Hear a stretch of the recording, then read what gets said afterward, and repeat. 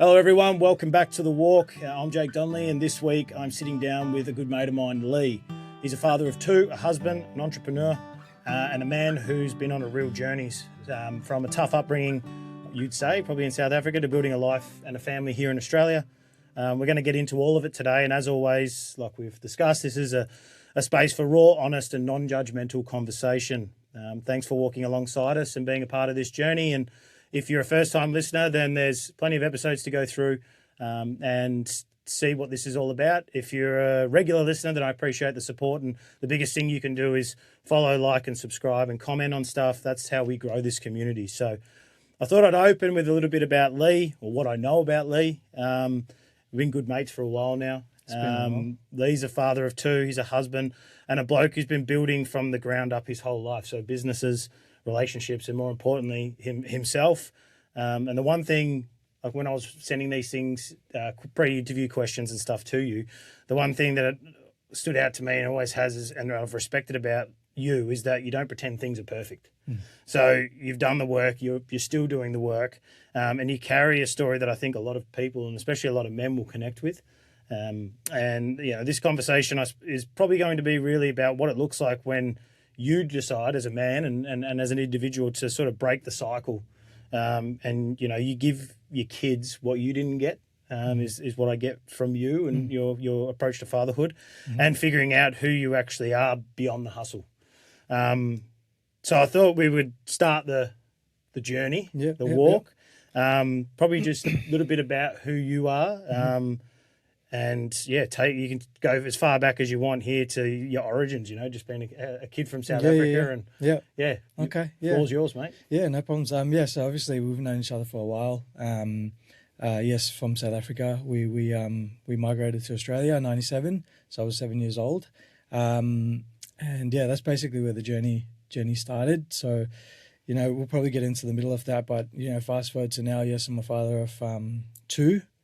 And you know, we've built you know, a life together from you know, I've known Say for a long time, my wife. So yeah, it's not been an easy road, right? So, but a lot of it, like you said, I kind of want to give the life to my kids that I didn't really have or see myself, you know, having, and most of that is based around, I think, more just like love. Yeah, really, you know, not to say my parents didn't love me, but different kind of love. Yes. So the love that, you know, you kind of got to know the other person and give them what they require, rather than just a, you know, sort of one way, same way. Yeah, well, I think it's like that thing where I've said it in previous episodes where I don't think a marriage really starts till you have kids. Like, you kind of think you know what the other person wants, and they sort of think they know what you want. But then when you are exhausted, as all parents get, and you're worn out and you have your ups and downs, that's when the relationship really starts, because you start to realise that what you thought was probably filling the other person's cup really isn't, and what they think they're doing to fill yours really isn't. And it probably, for you, like I remember you were saying that your parents had you really young, like they were 20. Yeah. Like coming here to a new country and starting a new life with like no family here, there was no family, was there? There was no support. Like how did you, like how did that shape how you approach your like manhood, I suppose, or parenthood and relationship now? Because you would have seen probably the best of them, but also the worst of them as well. Like, how's that shape you? Yeah, I think they like coming. Like being 20 and having a kid itself, you know, with not much life experience is hard on its own. But then when you're migrating from to another country and the culture's completely different, everything's different, you don't know anyone, you don't have that support, you kind of got to, like, for your kids' sake, try to figure things out whilst parent. And like as parents, you know how hard just the little things are in its own. So, I actually don't know how they did it, because like I'm still figuring out stuff now and I've had a wealth of experience.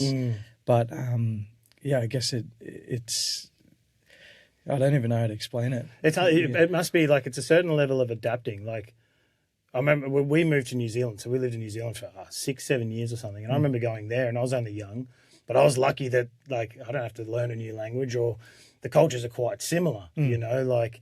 But I remember how hard that was. You're starting with as a child, starting with a new friendship base. Your parents have got to then make new friends. So for them to obviously be present and do all that isn't a luxury that they have, you know. And I talk about presence a fair bit, but I think when you look back at the older generations, they didn't have that luxury we have now. We don't see it as a luxury. We see it as like a burden, like not a burden, but it's like we want to be present, we want to be better, we want to be this. But probably didn't even go into their minds. You know what I mean? Like it was mainly we need to fucking make money, and we need to keep a roof over our kid's head. Give him what he doesn't have, what he didn't or wouldn't have in South Africa, say, and just like cross our fingers, hope for the best that he turns out okay. Do you know what I mean? Yeah. So, like, but for you, like, what was it like? I suppose the new country and the different culture, was that easy to adapt to, or was it like an eye opener? I think it was somewhat easy because I was still kind of young. Like, you know, it's only 7 years old, so I can only remember, you know, bits and pieces of South Africa. So I kind of like, you know, still grew up here, but you still get, you know, because I had a bit of an accent coming here, so you still get teased with that. You still get teased with skin color and things that kids kind of just do in school. Yeah. I feel like my parents were, I don't think they gave me a lot of social skills that I had to really like, because like I said, they were young, they were figuring things out for themselves. So did I, in a way. Yeah. It was always trial and error. But you start off, you know, you make one friend and then you make another friend, and then school is what it is. You're going to get teased and bullied sometimes, and then sometimes you're going to be the cool kid. But you just run through those motions. Yeah, and it would have been, I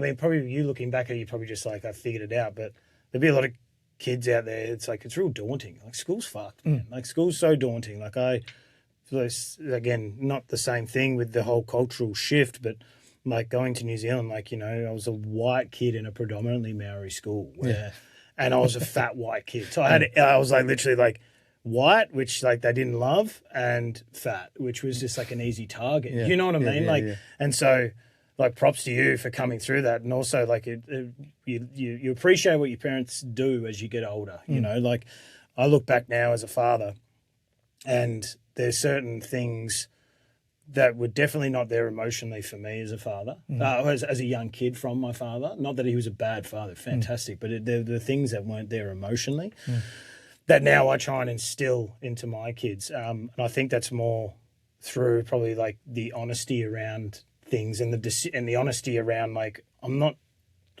frustrated with you because of this decision you've made, not like fucking shut up. You know what I mean? So like for you, when your parents are going through that and you're going through that shift, like what there for you was like, what wasn't there emotionally? Like looking back now as a father, and if you would put yourself in the shoes of your parents, what sort of things emotionally would you do differently?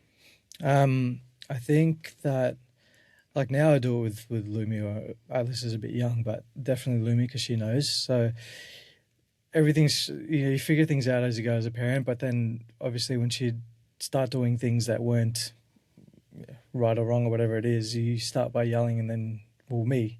And then you work out yelling doesn't do anything. She doesn't care. Fuck all. And then you just see it's trial and error of how do I get the result. And then one of the ways that, especially recently, getting a result from her is just dropping down to her level and speaking to her and teaching her things like, you know, when you're angry and mad, just take a second, breathe, and let her wind really down so you can actually speak to her and she can understand what you're saying. Yeah. Whereas, you know, back in my day, and I'm sure it was the same for a lot of people, you just get, you know, yelled at or smacked or, you know, something. 100%. Yeah. So, I think the thing is too, it's like we probably grew up, like the generations before our parents' generation, they were families that were just coming probably out of a Second World War. Go back again. Some families went through World War One, World War Two. Like, you know, a common theme that I sort of I've seen through researching stuff and also talking to people is that certain things that lacked were like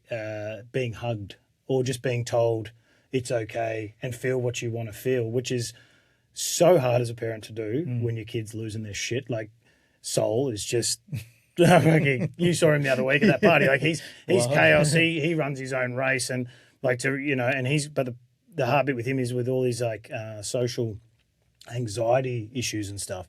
It's there's times where I'm at those things. Like it took us fucking 45 minutes to an hour to get him into that hall. Right.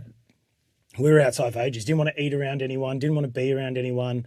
Didn't like being there. And like all you want to do is like just fucking like you just want to go listen. Get the fuck inside. You know what I mean? Get inside. Yeah. This is what we're doing. And if you don't fucking like it, then tough luck. Yeah. But you, like you said, and you hit the nail on the head, is it doesn't work. Like those deep breaths, we do belly breaths. So we like take deep belly breaths, big breaths in, big breaths out, Even we're like Atlas, like, well, if people who don't know, Lee's son's name's Atlas and mine's Atlas as well. Yes. But like even Atlas, he's got this shit habit of bumping into everything. Like fucking, he's like a rugby player, man. Like I reckon he'd be retired with a concussion by now already, right? He's just that type of kid. It doesn't matter what you do.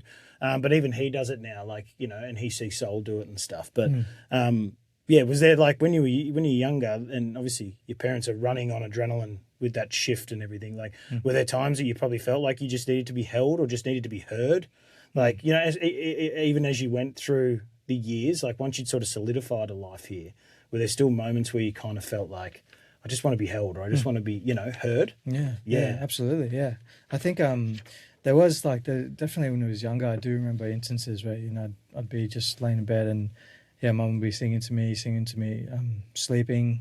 I don't know if it's an ethnic thing or an older generation thing, but I was in my parents' bed until maybe like 11, 12 maybe, probably a bit earlier.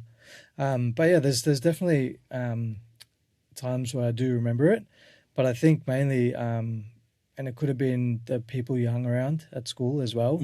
But every time we'd go to school in the morning, like we'd go straight to someone's house in the afternoon and then we'd be out all night, come home at 10, sleep. So I'd never really see or have that family quality time. Yep.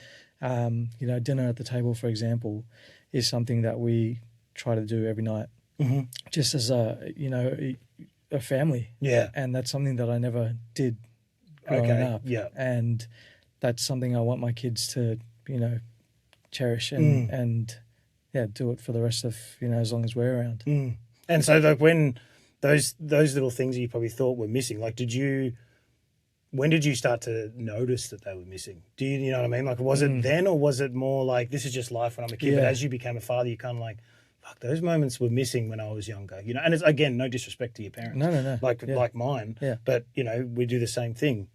Us as a family, like we have a candle in the middle of the table and we're trying to, we light the candle as we have dinner, and then Soul, because Atlas can't, but Soul will blow the candle out and it's like dinner's done. Just try and, because of his visual cues as well, his visual impairment, it's kind of like gives him that thing of he doesn't have to be so anxious because he worries about everything. But I knew, like when I was younger, we did a lot of that family dinner and stuff, but sometimes it was like broken up, like Dad was working late, or there was a period of time where Dad worked night shift. So we would go home, we'd go to bed, then Mum would wake us up at like 9:30, put us in the car. We only had one car, drive, pick up Dad from these like factories in Clayton. Right. And then we would drive back. And I remember like not realizing at the time, but those precious moments that my dad would have missed. So like I noticed them now. So like, was that the same for you? Like when you became a father, you were like, these 100%. These can't happen. And earlier on, you sort of said just at the start that, no disrespect to my parents, and my parents are fantastic people, and I've met them before. They're wonderful people. Yeah. But like, how did you get to that place of not blaming your parents? Because I find a lot of people, that's the easy out. Like I've been there before. Yeah. I've been there. Yeah. And at times I catch myself there sometimes. But how did you get to the point of just going like, it's not their fault, I was the same as you. Like I blamed, for a long time it was like, that was the easy way out. But I think it more came from an understanding that they didn't have the same opportunities as, like they moved us here to have a better life. They didn't really necessarily have that opportunity because they were building that for us. So I think just understanding their situation and what they had to go through, also being 20 and having a kid, you kind of had to learn a lot of things that maybe their parents didn't teach them as well. So it's like, here's a kid, go figure it out. So how do I expect them to give me those things where they're having the right tools to then give it to me? You know what I mean? Well, there's so many hindsights. Like it's with everything we do in life, there's hindsight. So like you work with people, you work with bosses, say, in the past, and you're like, he was a fantastic boss, but he was a prick. Yeah. So it's like, well, I won't take the traits of him that was a prick. I'll take the traits of him that work really well, whether he was like a very good dictator, which is a trait of a good boss. Like, you're doing this, you're doing that, and I ain't doing shit. But yeah, like it's you hindsight now, looking back at it, you kind of go, fuck, like I don't want to do that, but I can understand why they were doing that. Especially like, you know it's like being a parent, man. Yeah. It's not easy. No, it's you run it on empty. I think, funnily enough, I think that's why there's a 10-year gap between me and my sister. Because I think I scarred my parents. Yeah, they're just like, no, they're like, no. And then my mom's like, better not be another boy type thing. Yeah. And then she got my sister, and I think I was like, okay. Yeah, calmed everything down. Yeah. Because I don't think I was the easiest kid from what my parents told me and my aunties and family and stuff told me. Well, which is like, it's so funny because like our experience with Sol's completely different to anyone I've met, anyone that I know in my close circle anyway. But like Atlas is, like Shan has to keep telling me, she's like, Atlas is just being a normal kid, and it's fucking chaos. So I'm like, and he's like, he's a boy, man. He's just like fearless. Like, get on the couch, and it's like, dude, if you're gonna hop on the couch, sit down. And he would turn around and smile at me and jump and throw himself back, and like, it must be hard. Like, I know, you're good friends with Jaden as well, and I see him, and I saw him on the yesterday actually, and just watching how more of a listener Aurora is. Oh, right. Like how much more, like when we were at the that party, Lumi was so like, you would just say like, Lumi, it's time to go, and she's like, cool. Or I think she went up on like fucking the top of something, and you just went over and went, hey, like look down, like you know, read the fucking room, sort of thing. You know what I mean? Like have your fun, but read the room. Yeah. And I remember like not prying or whatever. I just saw it and I was like, that's so cool. Like you just went up and you're like, hey, like have your fun, just be careful. Yeah. And like she took that on board and it was like, we've got to go. And she was like, yeah, cool. And she said like, you didn't really have to drag her away. Whereas like, fuck man, like, and same with Aurora yesterday, like they could just be sort of, jumping. But both my boys are just like, fucking floppy fish trying to get in the car and shit. Like it's, it's I think boys must, there's a thing where boys at the age of 2, I think it's 2, have the highest level of testosterone in their body they'll ever have. Yeah, males will ever have in their life. Boys have it at the age of 2. Oh my gosh, yeah, okay. So I'm coming up to that, yeah. So you like it is, man. It's like the like terrible twos almost. And that's why they call it the terrible twos. Yeah. But it's just full of chaos. Yeah, I wonder how Atlas is going to be like, being a boy as well. My Atlas, because he's 1.4 now, so it's only what. Yeah. 6-8 months. Yeah, it's not long. No. Well, that's like, like my Atlas. Yeah. He's October. Yeah. So, and like he's just telling you, man, he's fearless. Chaos. Like we were somewhere the other day and he was having like a fucking, like I don't like birds. That's like my fear. I don't like birds, right? And he was having like this Mexican standoff with this fucking magpie at this farm. To the point where he was walking towards it. The magpie was walking towards him and looking at him. And he's like, and I'm thinking, he's either going to grab it and like rip its head off, or this thing's going to go at him, and then I'm going to be in the sit like dad, fight or flight. I'll fucking uppercut a fucking magpie, man. It won't bother me. But like I'm just thinking to myself, I'm going like fearless, like if and it's crazy, man. Like having and like how have you found it? I suppose going from like having that dynamic of a girl and a boy for kids. Like how do you find that? Like have you got a I mean, Atlas is only young for you, but like, do you find that you have like a different approach with him already that you didn't have with Lumi? Yeah, 100%. I don't know if it's a boy thing or a second kid thing, but I feel like with Lumi I did so much more, and I don't know if like, it could be a first kid thing or a girl, but like the nurture and the care I gave her was just like, I think I did like because she was on bottle, because I didn't breastfeed, so like we did 50-50 with everything, if not more, with with the wake ups, and I wouldn't have an issue waking up with her. Like however many times it was, whatever it was, I was there. But then with Atlas, I don't know if it's if I think he's a boy, he'll be good. Yeah. Or maybe he's bonded more with Say than he is with me. But if he gets up, I kind of struggle more to get up. Right. Okay. For him. Yeah. So I have no idea what that is, but obviously the love's the same. But I just feel like he'll be all right. Yeah. Being a boy, and like I focus on Lumi and worry about her.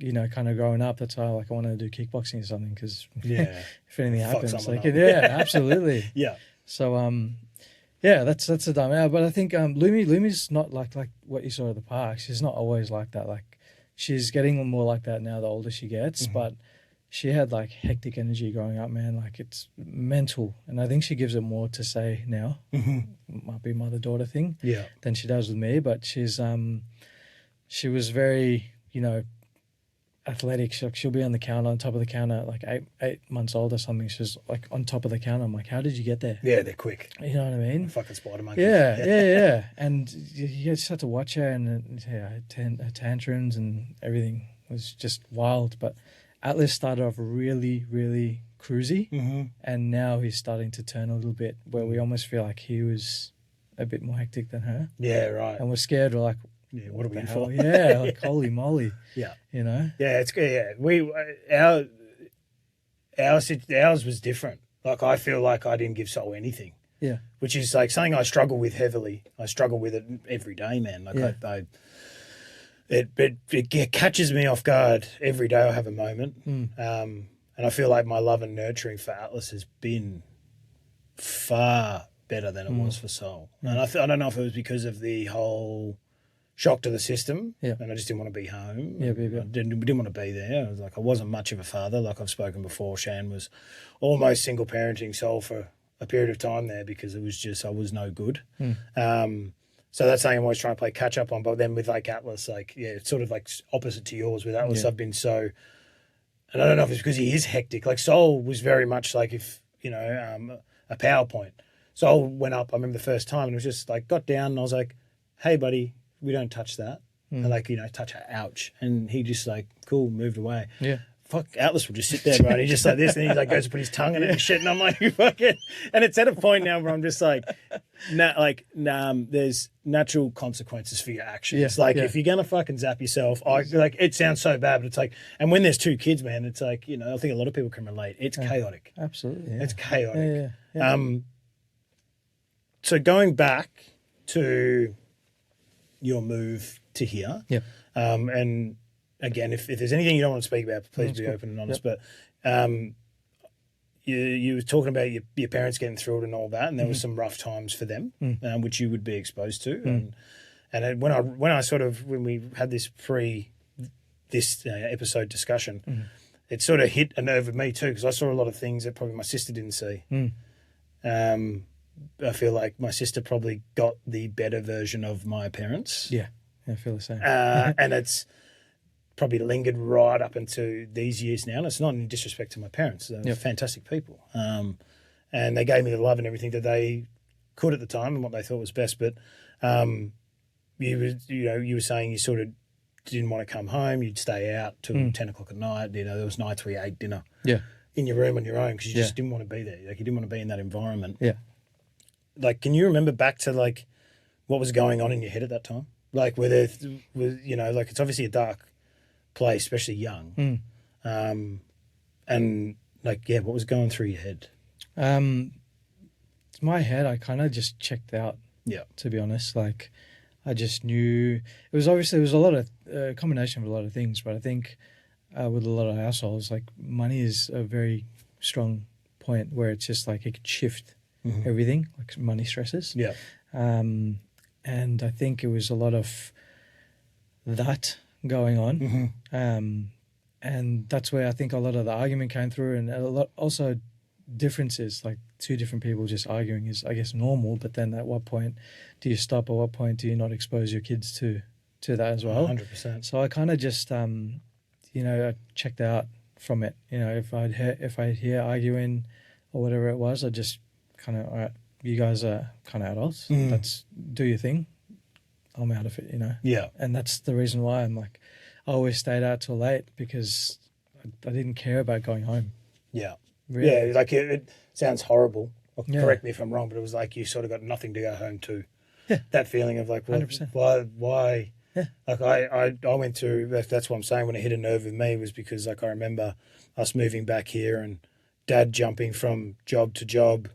And like we, like it's not the poor me car, but it was like, had the one car, and we always like, people think like, oh, kids walk to school, but like we had to walk a fair distance to get to the school we're going to, and you don't realize that at the time. But I was exposed to like money troubles very early on, and that's one thing I've always wanted to carry into my parenthood journey. Was like, I'll never expose my kids to that. Yeah. You'll never know. No. Because like at the end of the day, if you're eating spaghetti that I've made for you or spaghetti out of a can, you're not going to tell the fucking difference. But as long as you don't know that that's the problem. Yes. And yeah, when I was reading, like responses, we'd have to and fro before this and having those conversations, I was just thinking like how hard it is. And I checked out as well. Like I never wanted to be home, man. Yeah. Like I used to, it's probably why I was a lot fitter. I used to go running all the time. Oh, yeah, like I'd go for a run and to the point where I'd run and I'd sit at the park on my own. Yeah.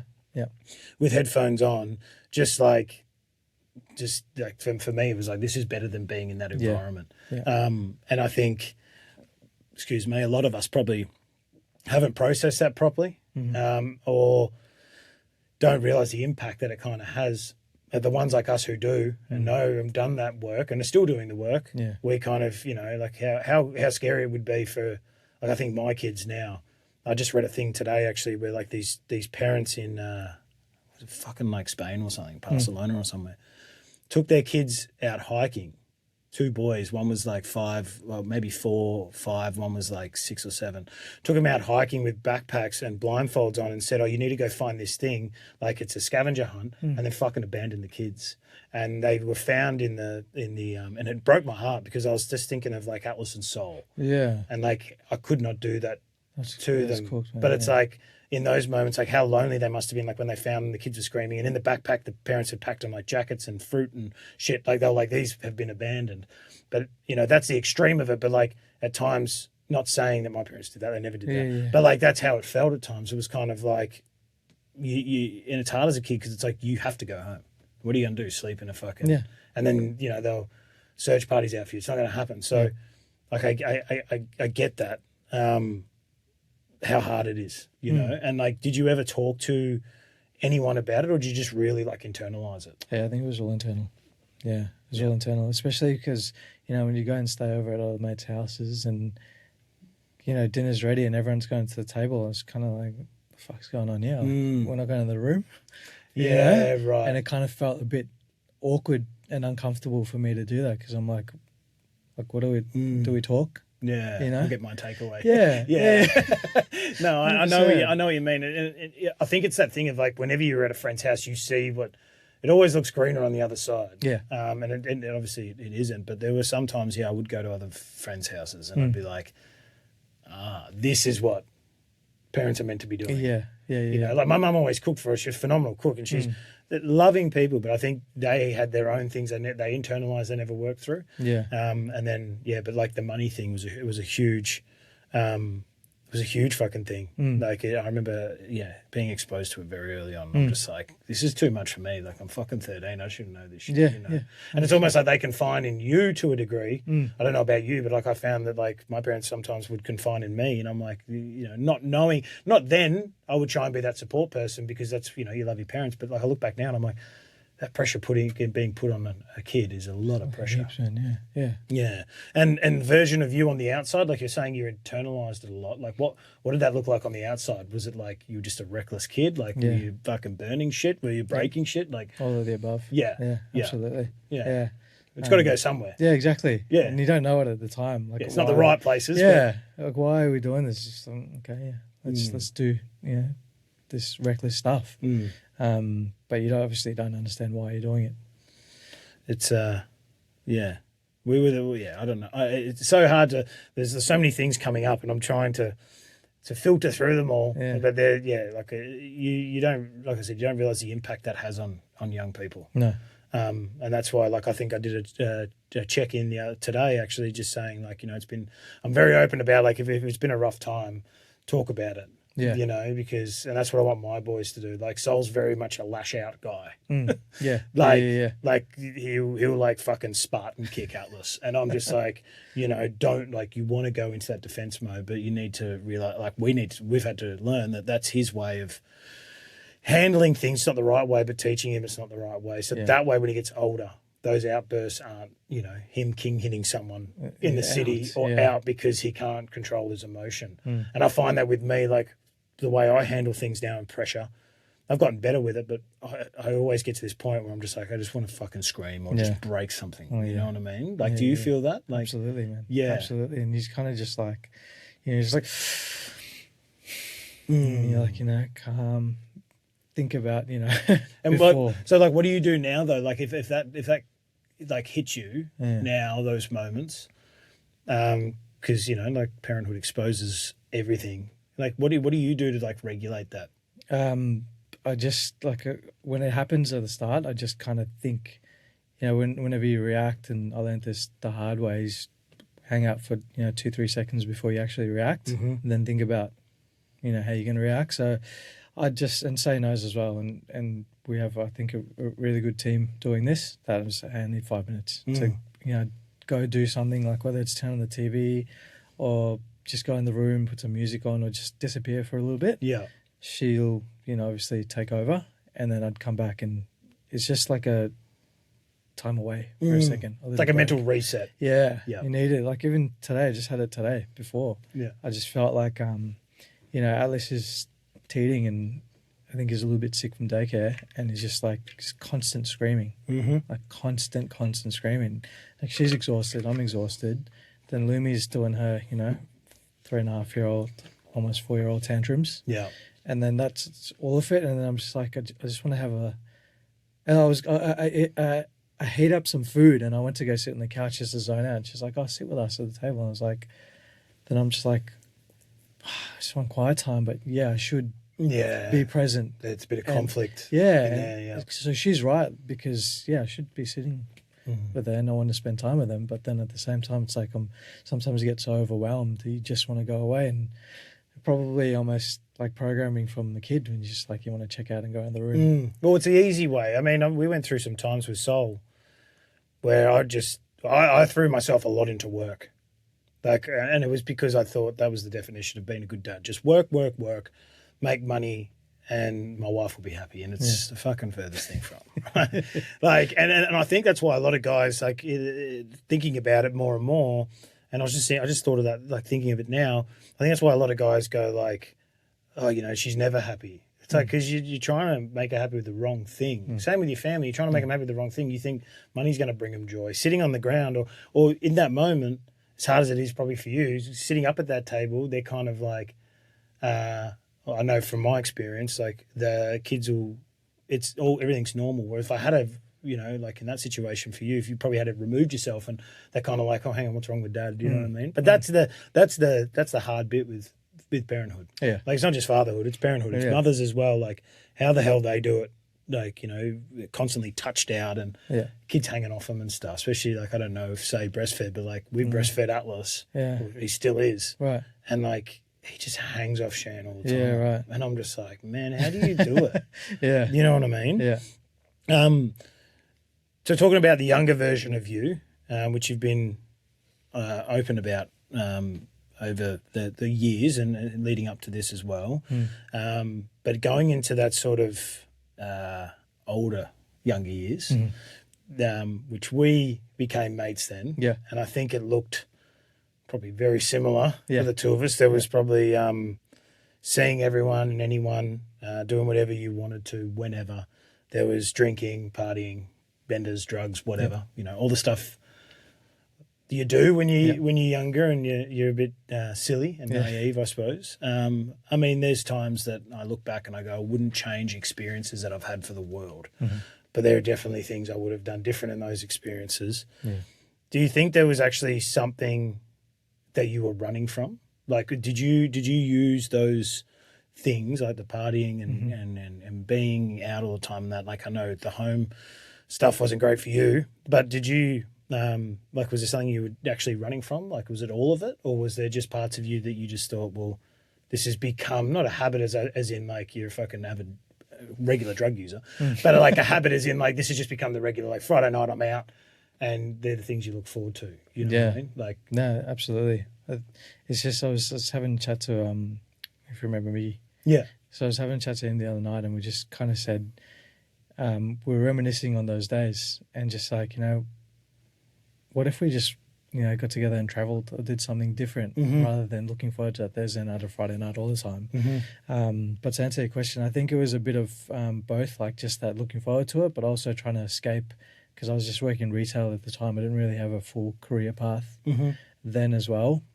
So I lacked a lot of direction and obviously all the stuff with the parents at home. I think my parents may have been split at that time, possibly. Yeah. I can't remember. It was a couple of times where they were back and forth. But yeah, just anything to get out of the house. And then, you know, when you're 18 and you're allowed to go, you know, out and do things, then that was just the next best thing to get out home and do. 100%. Yeah. And then reckless and, you know, all of that stuff. Yeah.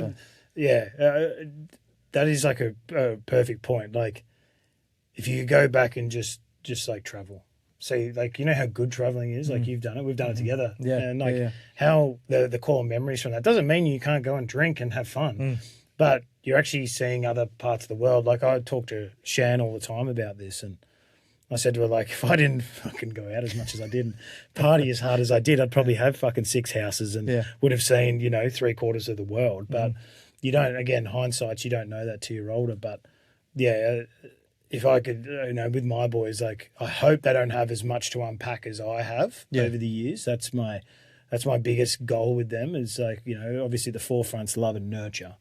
And, you know, I think a parent's job is to raise kids to a point where they're okay to go into the world on their own. And then it sounds horrible, but once I get to a certain age, it's like, if you fuck up, you fuck up. I'll be here for you and I love you no matter what. But if you've done the right foundation from them early on, it should flourish in the older years. 100%. But that'll be the one thing I'll say to them. Like, if they, you know, go and have those nights out, go and do this, go and have fun, but, like, don't make it a regular thing. Put that money aside and put it towards buying your first home, or go and for a trip overseas. You know, go and experience other parts of the world, because you don't know where you're going to end up. Like, I think about it all the time. Like, I've always wanted to go to Italy. I've always wanted to go to Europe. I've never done it. Right. You know, and then, like, having Soul put everything into perspective, like, I may never get to do it now. Yeah. Yep. May never get to do it. You know, I wanted to be a dad who travelled with my kids. Yeah. I can't fucking travel with my kids at the moment. And if I do, it's a very short trip. And it's definitely not overseas. So if you can do it while you're young, like, I think that's, it's funny that you talk, because I think that all the time. Yeah. Like how different, you know, you could have been in your young years and still had those times. 100%. I think something we mentioned as well, that, you know, being in the mindset that we were in reckless, we said, like, if we did, someone would have died. It would have been like a hangover thing. Someone would have got lost. Yeah. You know, maybe that's why that didn't happen. Yeah. True. Because 100%. You know how we were. We were. Yeah, we were. Imagine doing that in another country and not giving a fuck and just, you know. Well, I think it's that thing too, is like, you grow up around people. Like, we know of similar people. Some are mates, some you've drifted from and I've stayed close to, and other ones, you know, you're close with and I've drifted from. Like, these things happen. But I think it's just this, it's just such a, I think about some of the people that we used to hang out with as like a collective, and how the fuck we didn't get in worse situations than we did. Yeah. You know, because it's this very male bravado thing of like, I've got to step in and I've got to save my mates. You know, I'll be the first one in, the last one out. It's like, well, it's not a smart play. No. You know, it can be stripped away from you very quickly. Like, you know, I've worked now in construction for 15 years and I've worked with a lot of guys who made one stupid mistake. Like my first ever guest, Martin, like, he went to prison. Like, you know, from just being young and dumb and reckless, you know. And he said to me, he's like, it was just an easier option doing that shit because it was a life I was familiar with. Right. And I think back all the time, like, as much fun as we had, thank fuck we didn't go too stupid. Yeah. I think we flirted on the edge. Yeah. And just didn't Yeah, we sort of took capped over. it. Yeah. I felt like I always knew where the cap was. Yeah. Like I'd get to a certain point of a night or a certain point of like boys being away or doing whatever, and I'd be like, oh, if I go to the next point, something fucking stupid's going to happen. Yeah. Yeah. So like for you, like when did that lifestyle like obviously stop working? Like was there like a rock bottom moment where you were just like, what? Who the fuck am I? What am I doing? Or was it like a slow realization over time that like grow up? I can't really keep doing this. Yeah, I think it was when I had a breakup. Mm-hmm. Like usually, I think that as bad as the time is after those things happen, it's also the best time because you get to, after you have your ups and downs, you get to reflect and then choose who your next version of yourself is. So that ended up being a blessing in disguise for me. So I think I was 24 at the time, and that's when I started my actual like self-development journey, and then started changing sort of how I looked at things and looked at life. And then, obviously you guys were still there at the time. And I think at 24, we were a bit more mature than we were at 18, 19, 20. And then you kind of, the conversations are more similar because everyone's starting to move into a similar direction. And especially Jay's always been that grounded he is person, and I fed a lot of him when I was going through that journey. We were reading the same sort of books, listening to the same people. So I think that's when it flipped. So then when the going out, like we still went out and stuff, but it wasn't stupid and reckless as often. So it was more scarce, and I started hitting the gym a bit more, focusing on myself a lot more than, just work itself. Yeah. So yeah, that's what happened after a breakup. So that was like, out of it all though, like what was the first thing that actually changed? So was it like you've had this breakup? Was it like you were like, okay, I'm going to not go out anymore, just going to focus on this? Or was it like, okay, well, I'm just going to start reading, and you kept going out? Like, what was the first thing that you actually changed? Like, can you think back to then? Like, what was it? Yeah, I went to gym straight away. Yeah. But through gym, because like now I go to gym here and there, but it's not full focused head in it. But when I was then, it was full focus head in it, and it just taught me a lot more discipline. And that sort of spilled over to the rest of whatever I was doing on a day-to-day basis. I was dieting and didn't want to drink as often, so then that cancelled that out. And then I started meditating as well. So then I enjoyed the quiet, and I enjoyed being at home. How do you find meditation? Now,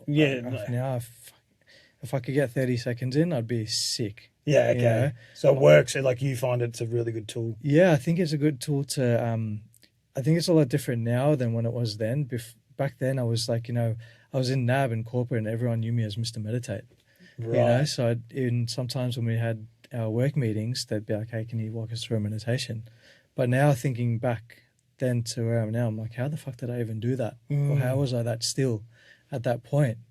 But now if I've tried, but I just, like I said, 30 seconds is like, it feels like I start getting anxious because I'm like, what could I be doing in this time? Yeah, that's a hard thing. Yeah. So when you got so much going on, like I know I do, and every time, like even just coming here and doing this, I'm kind of like, fuck, is this the best use of my time? Because, like, we've got soul surgery coming up.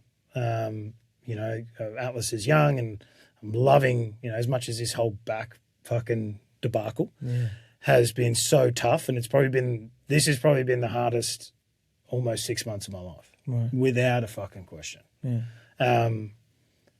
It's tested me in ways that I never thought I'd be tested. And being in chronic pain every day is fucked, right? So you've got that. But I've been gifted this luxury at the moment. The silver lining of it is I'm getting to see my youngest go from 1 to 2. Yeah. And I'm getting to see Sol. Like, I've never, ever had this time with Sol before a surgery. Right. Ever. I've always worked up to the day before. Yeah. I've always worked up to 2 days before. And then, like, when he had his first big one, and this is what I'm saying, like, about me not being there and not being present. When he had his first big one, I was back at work 2 days later. He's in a coma. Yeah. Was that by choice? Looking back now, I could have easily put my foot down and said, like, fucking jam it up your ass. But yeah. my thought process at the time was, well, he's there, Shan's there. But then I look back now and it eats at me a lot of the time. And this is something I've got to start learning to let go of. But like, I think back and I'm like, she was there on her own, scared. He, you know, when he was in that coma, they were kind of like, well, he knows you're here. And you're not holding him or picking him up because we couldn't. Like, it was fucking. So when he does come out of the coma, he's going to be very scared.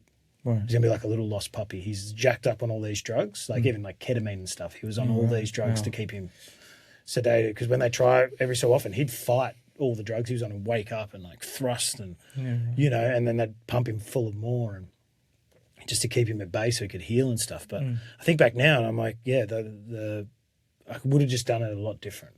Do you know what I mean? Yeah. So like, I've been gifted that opportunity at the moment, but it's been a fucking hard fucking 6 months. Like the pain side of things, can't play on the floor with the kids, can't wrestle with them. And like, you know me, I'm used to be the life of the party, but very much like I pride myself on trying to be a present dad, and it's fucking, it's been testing, man.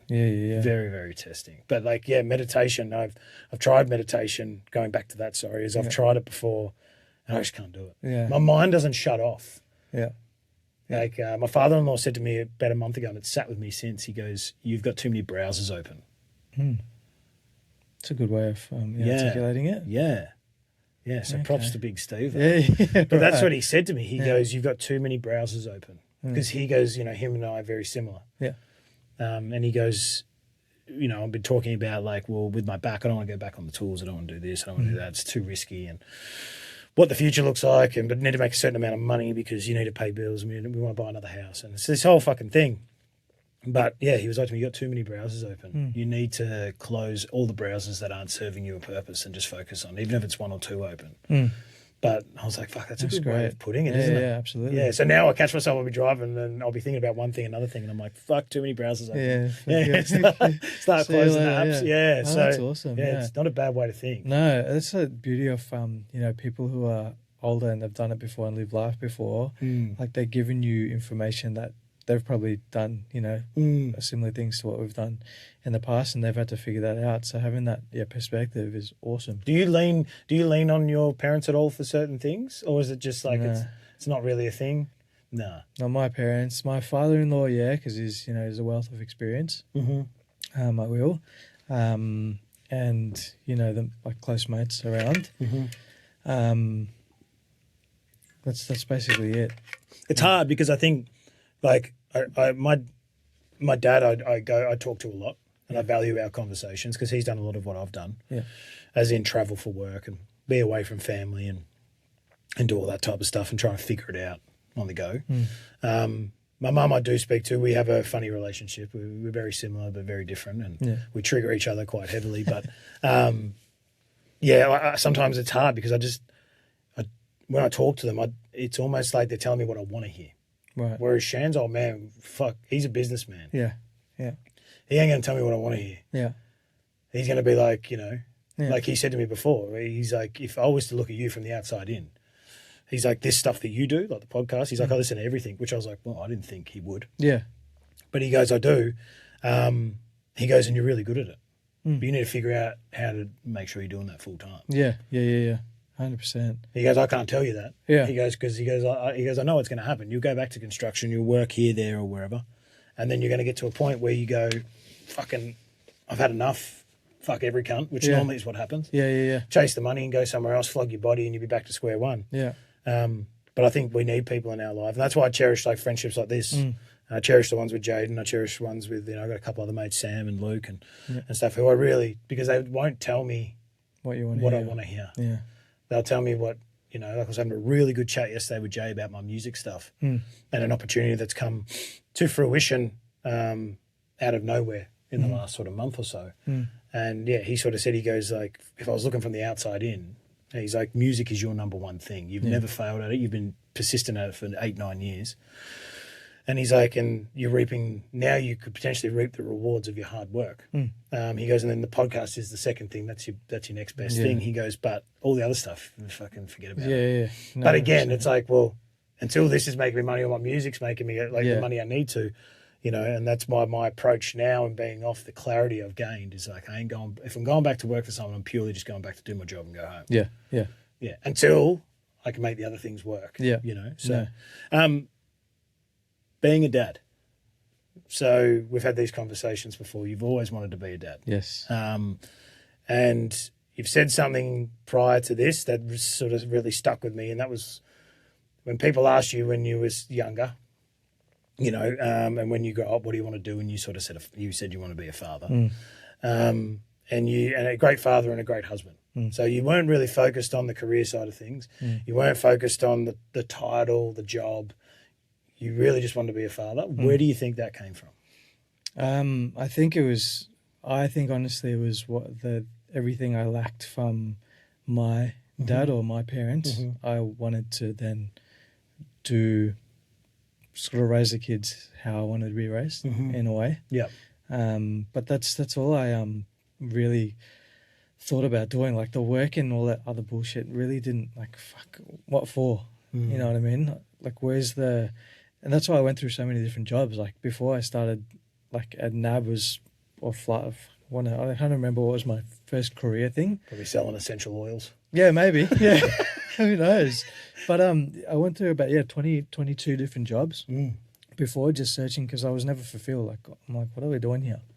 You know, and then you start and then when I went to that self-development journey, you start focusing on, you know, what actually matters. But then jobs is always like I got zero fulfillment from. Yeah. And I always knew somehow like I would get that fulfillment from having a family. And then it just, that's when the family came. It's like, fuck, this is exactly what I've always wanted. But how did I know that, you know, back then? Yeah. How did I not focus on more like work and job and career? Like I never really gave a fuck about a career, honestly speaking. Well, I think it's that thing of there's always that niggling voice in the back of your head that your mind knows what you want, but it's about bringing it from the back to the front and then actually doing it. Yeah. So for you, like the parent not being a dad, like it was probably always going to happen, but it was more a case of like how bad do you want it? One, but two, what are you going to do to get there? Do you know what I mean? Yeah. And you've got to sort of it's those things of like manifesting. Like I don't want to get all like you know, all spiritual and stuff, but it is a massive part. Like I was similar to you. Always wanted to be a dad. Obviously, both journeys have been completely different in parenthood. There was a period of time there where I was like, "Fuck, did I do this too soon because of what we were put into, or you know, what decisions did I make when I was younger that has fucking caused this for this poor kid, you know?" And went through a million different things, but I always knew I wanted to be a dad. So now I'm starting to see like. Yeah, like I love being a father, but it wasn't at the forefront of my mind. Like, not that niggling voice in my mind. The niggling voice was always like, you're going to be like, especially when I discovered that I was pretty handy at music. It was like, you're going to do music, and it still sits there. Yeah, don't matter what I do. Like I do this and I push really hard on this, but the other part of me is always like music. Yeah. You're going to do it. How you do it? Like I'm always spitballing ideas. I was sitting in here today writing down like, oh, maybe I do this, maybe I do that, but. Yeah, I think from hearing that, it's probably that you've always had it, and then it's all about like manifesting it and going, that's what I want to do. Because I'm the same, man. I can't work for people. Yeah. So like you work for yourself now? Yeah. So like what do you do? Like what's the, like you can feel free to shout out the business. Sure. But like what, like, you know, like what is it that you actually like do? Which it sounds terrible coming from me to you. No. But I just know that there was a period of time where you were sort of going through that phase of like, and maybe could be wrong here, teasing out what it was you wanted to do. Yeah. And obviously you've landed on something. Like what is it? So I do packaging now. Yeah. So disposable packaging. So anything that you get from a takeaway. Yeah. That's what I've been doing for the last five or so years now, about 5 years. Yeah. And then we've got the SIA truck as well, which is something kind of on the side of it. But I'm slowly starting to see and realize that the business consumes the fuck out of me, man. Like it's gotten to a point where it's just like I kind of want to get rid of it, but then don't as well, because I created this from nothing and I'm proud of it. But at the same time, I'm very present with myself to see what direction, if I do push it, what direction it's going to take me. which is away from the kids and family. I think I mentioned to you, like if I'm winning at something else is taking a hit. 100%. You know, so and I always say, like right now I run the business Monday to Thursday. I don't work Fridays. I spent Fridays with the kids, and that's how I've run it from the start. And as busy as it gets and as hectic as it gets during the week, you know, that's still on me. But as long as Fridays stay Fridays with the kids, and because I asked myself, if you're on your deathbed, what are you going to regret more, like the money and the business to grow that, or the memories with your kids? Yeah. And it always, you know, stays. The kids are always going to be 100%. the forefront of that. And regardless of whatever the business gives me, it doesn't give me that. So I think, now I'm kind of at a spot where I've got to make decisions of what I want to do and what that looks like from now. Yeah. But running the two, like the truck, the food truck and the packaging, it's like one business is chaotic and stressful and the other one's like an escape from that business. Oh, right. And it's so simple and easy, you know? So, yeah, that's, that's a spiel about the business. But I need to make some, I think, hard decisions in the next probably 6 to 12 months. Probably decisions that you need to probably back in. You know what I mean? Like, I think we all get to that point. I've been having this discussion with Shan about, I think there comes a point in a father, not every father, but like people like yourself and me who are very, we know we're going to be good at something, we know we're going to succeed at something. There comes a point where, you know, we're the leaders and we need to make that decision. And, you know, if we do run at it, it's like, well, you know, for the next 3 years, I think the battle is, and what I'm going to get to is that in the next, say you said, that's it, the business, I'm taking it to the next level. Is it the 3 years of doing that, knowing that at the end, say it took 3 years, at the end, you know where it's going to be. And then you can take a foot off the gas and enjoy it. But there's always that thing in the back of, I don't know, it's in my mind of like time. Like, what if I miss out on this? Yeah. What if, and then like going through our journey and the medical side of things, that's the biggest thing that plays on my mind. Yeah. All the time. When you miss it, you miss it. Well, it's just like time. Yeah. Like, what if, like, you know, I'm going through this at the moment. Like, what's coming up for Soul isn't a fucking walk in the park. It's risky. Yeah. And if it's the time, if it turns out to be the time that it does go pear-shaped, and I mean very bad, was me working all those hours for someone else and doing all that worth it? You know what I mean? Yeah. Or was I better off just getting a fucking mundane job to pay bills? Yeah. And an easy job, but being present more, you know, that's always the battle. Yeah. But with fatherhood, I asked Jaden this, and I've asked Martin this, and who were previous guests. But like, what is it about fatherhood that hits you the hardest emotionally? I think like even just the way they look up at you, and they kind of like look for you to guide them and teach them, and to be in like a privileged position like that, it's like it just hits different, you know. When it's like when you try to explain fatherhood to someone who doesn't, it's like almost near impossible because you just have to feel that, you know what I mean? But yeah, just I know when Lumi looks at me and just goes, you know, I love you or I miss you. Like, she didn't want me to go today. She's like, where are you going? She's trying to run out the door. Yeah. You know, all those things that I see, like they're solely dependent on you. And I see it with Atlas now. I'm like, sometimes when I feed him breakfast, I'm like, it's so basic, but you're literally growing this little human. You're feeding him, changing it, like the shit, nappies and everything. It's like, it's wild. But I think it's a very privileged position to be in, to be a dad and a parent, and that's probably what hits hardest the most. I've literally said to Shan probably about 2 weeks ago, I said to her, like, I'm going to miss those little footsteps running down the hallway. It's like Sol now is very much like, he doesn't really, he's very playful, but he's in his own way. But Atlas, man. And you forget those little footsteps. And I think it's because I didn't have that as much with Sol. Because, you know, again, you know, it's like you go into dad mode, like, I've got to work, I've got to do this. Yeah. But with Atlas, like, I've been so exposed to it, I'm like, that's the one thing I'm going to miss the most. You know, like, you're right. You can't You can't fucking explain it to people. It's that thing of you're literally their world. Like I've always, for a while now, a long time, I've lived by this mantra that like your spare time is their childhood. Yeah. So, if you work 9 to 5 you get home at 5:30, from 5:30 till 9:30, Monday to Friday, that's their childhood. Yeah. Yeah. 100%. 100%. And, the weekends are their childhood. And it is very hard, and it's easy for me to sit here, and it's easy for us to sit here and say it, because, if we were sitting here trying to have the conversation with the kids around, this would have ended 10 minutes ago, and it would have been, someone with a busted lip and someone's fallen off something. But when you sit there in those moments, I think, the moments for me that hit the hardest emotionally is probably my quiet time. Mm-hmm. Mm-hmm. That's what hits me the most emotionally. Yeah. When I'm with them, yes, there's a lot of things that catch me and there's things that have caught me off guard.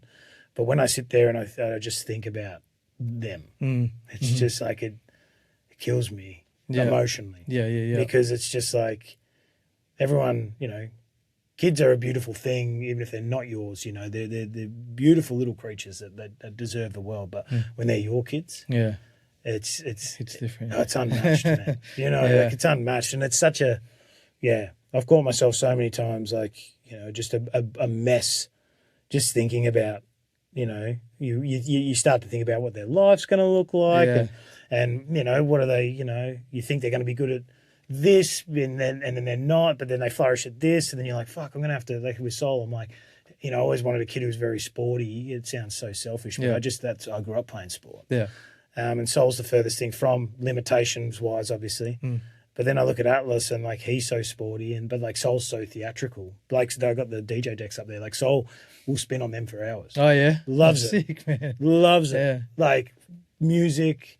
There was a point that he fills my emotional cup. It sounds so horrible because he shouldn't have to. But like when it comes to the music side of things, like I played him one version of a song on Spotify, and I was. I shouldn't do this because I'm a musician, but I was illegally ripping music off the internet, off YouTube. He's got a Yoto player, so I make him his own cards so I don't have to have my phone. Have you ever seen a Yoto player? No. So it's like this they're unreal, man. Like, if Yoto, if you want to sponsor me, please do. They're like this little box, and you can get them a small one or a big one, and you buy all these different cards. They've got like the Beatles album, Queen, and then they've got like Thomas the Tank Engine, Disney movies. You put the card in and they're all different. So one's like a music card, just plays like 12 tracks. Right. Other ones will be like storybooks. So you put them on to be like 5-minute stories. About, actually. Yeah. Unreal. So anyway, I couldn't find the version of Spotify on YouTube, so I just got the same theme song. Yeah. He was like, "It's different, Dada." I'm like, "How's it different?" And he's like, "Listen." Yeah. And I'm listening, and I'm going, "No, it's the same thing." He goes, "No, hang on, listen." So I'm sitting there, and there was like, there was a section in it that was like, it was from a Looney Tunes. There was a horn section in the one on the Yoto, not on the other one. And he picked that up. That's crazy. And I'm just like, how good's that? It's so like, it's those little, like I was saying, those moments where I thought about that for like days on end. I'm like, how switched on this boy is musically and intellectually to pick that up, that I couldn't even, I need to up my game in production because if I can't pick that up, it's, just I don't know, man. It's, like you said, it's just when they look at you and the feeling of it, like it makes the best of us emotional. No, 100%. But we'll go to I wanted to touch on the foundation. Sure. I've got written here the foundation, which is yourself and your wife. So you guys go way back. Grew up in the same town in South Africa. Yeah. So she was. We found out this later on, but there was like my street was kind of like a main street, and then hers was like literally up the road, turn right and left, and that's where she grew up. And in the community, like my grandpa knew her dad's dad and her dad's dad. So when we came to Australia, we came to Melbourne, they moved to Sydney, and then naturally like you want to connect with people who because you don't know anyone else. Yeah. So every Christmas they used to drive down and spend Christmas at my uncle's house, and that's when we became kind of mates or family friends or whatever it is. So that's where our journey started, with a friendship first. And funnily enough, we used to be we were quite close, and we used to share everything about each other's lives, and with advice and recklessness and this and that, whatever. So it's funny, when we got together, everything was already on the table. Yeah, okay. So she knew everything. There's no skeletons. Yeah, yeah. And so out. you've told me this before, but when you started dating, you pretty much said to her, and I've got it here, if you don't want marriage and kids, let's not waste our time. Yeah. Did you look at that at the time as like a certain level of confidence, or did you look at that at the time of like, I know that she could potentially, like, she's going to be the one, but if it's not going to be on the same page, it's not going to work. You know what I mean? Was it more like a confidence thing? Like some guys are like, if you're not going to fucking do this and that, I'm not. But it was a confidence? Well, probably a sense of confidence in you knowing what you wanted. Yeah, that's exactly it. Yeah. But at the same time, like, were you sort of hoping that she would just go, oh, no, I do want that? Like, do you know what I mean? Yeah, like, I know what you mean, yeah. You kind of get what I mean? Like, if she had said, I think I was like, when you were telling me that, I was kind of thinking, like, what if she said no? Yeah. I think where I was at the time, I was extremely happy. Like, I was probably the happiest I've ever been, ever. Mm-hmm. And when she sort of came into that, I was kind of like, this needs to top this happiness. You know what I mean? So whether it didn't work out, I still would have been like, I was in a sick place, and then who knows what would have been after. Yeah, okay. You know what I mean? So, but at the same time, we went through like a bit of a hard patch. She, I think from that friendship, transitioning from that friendship into like more relationship, at the start, she sort of, like, we started seeing each other, and it felt good. And it went for like, I don't know, maybe months. Yeah. And then when it came to the committing side, I think she got pretty scared off from it. So she kind of stepped away. And then, this is long story short, obviously, but then I got back to that place where it was like that heartbreak again. Yeah, that same feeling. And then I was pissed off at myself because I'm like, I went from such a good place to then, cool, this is working, and then she's not in for it anymore. Yeah. And I'm just like, what the fuck was that for then? So then I remember I sent her roses, and I was just like, because I tried to be like, what's going on? I thought we had a thing. So I sent her roses, and that was going to be it. Like, that was a goodbye, and I wasn't going to contact her again. And then from that, she ended up contacting me. Oh, okay. And then said, okay, and we spoke about it, and then that's when I said, look, this is either going to happen or not, because we're not going to waste each other's time here. Yeah. And how did she respond, though, with the, like, if you don't want marriage and you don't want kids? Like, there's the door. Okay. I don't mean it that literal, but you know what I mean? Basically what it was. Yeah, yeah, because that's a tough thing to, like, I think a lot of people don't probably have that conversation. Yeah. And then they get to the point where it's like, and then I feel like there's a certain level of resentment that one side carries. So it's like, if you say you didn't want children, she did, and then you're kind of like, no, I don't want them, kind of cool, blah, blah, blah. And then you end up giving in because you like we were saying before, you think filling their cup's going to fill yours. Yeah. And it doesn't. Then there's like a level of resentment you're going to carry going. Yeah. Well, I didn't want the kid, and it's such a horrible place because the child shouldn't be in there. Yeah. But exactly. How did she respond? From memory, like, it wasn't bad, it was just normal. Yeah. But I don't know, because it was like we had so much of a foundation before that, where it was just like, I've told you everything else. This isn't such a big thing.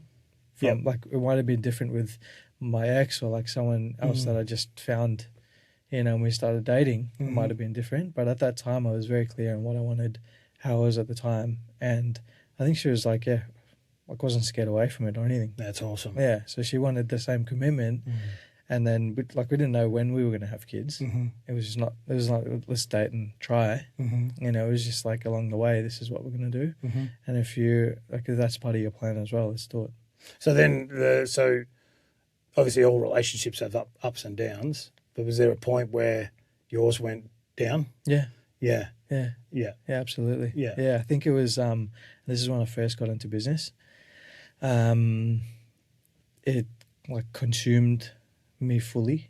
This was prior to Lumi. Yeah. So it consumed me fully, and I think we kind of lost sight of our relationship in a way. So that drove us fully apart. Yeah. Right. And we kind of broke up at a stage just because we were just clashing, and everything just felt off. So we sort of broke up, and then everyone started getting involved and, this and that. And I was just like, fuck. Then it got too much. So I went to South Africa for, I think, I remember that. 4 or 5 weeks. Yeah, I remember. Because I'm just like, catch ya. fucking leave me alone, Yeah. And it was because it was so loud. Was that like, sorry to cut you off quickly, but was that like a big cultural thing where it's kind of like, you need to repair this? Do you get what I mean? Like, Yeah. Some cultures are like that. Like Yeah. Jan's family, like the Italian side, are very much like,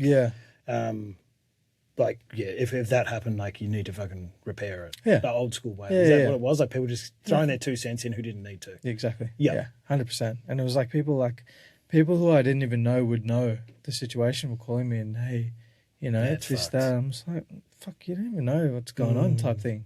So, I went to South Africa for a bit and then I was just trying to figure out what I want. And then this is going to be fucking, it was bad at the time, but she told me on a particular day, she's like, I need an answer now.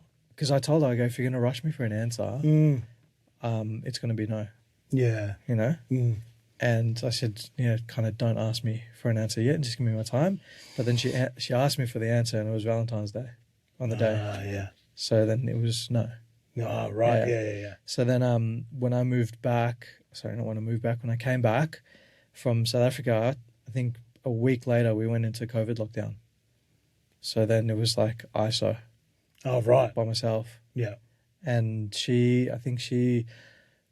she moved down from Sydney. I don't know if you knew that or not. Yeah, no, okay. Yeah, so she moved down from Sydney for our relationship. So she didn't really have anyone. Yeah.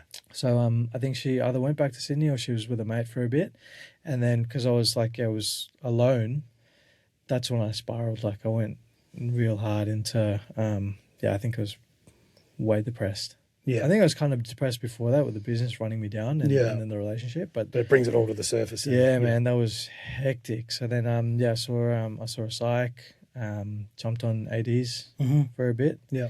And I think it was Jamie hit me up during that time.